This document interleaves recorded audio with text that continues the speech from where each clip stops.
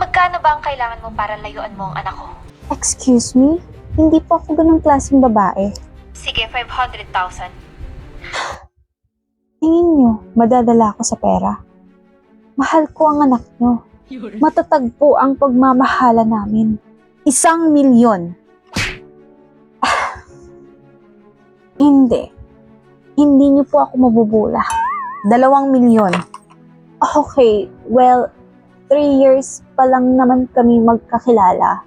Hindi ko pa siya ganun kakilala. 4,000,000 pesos.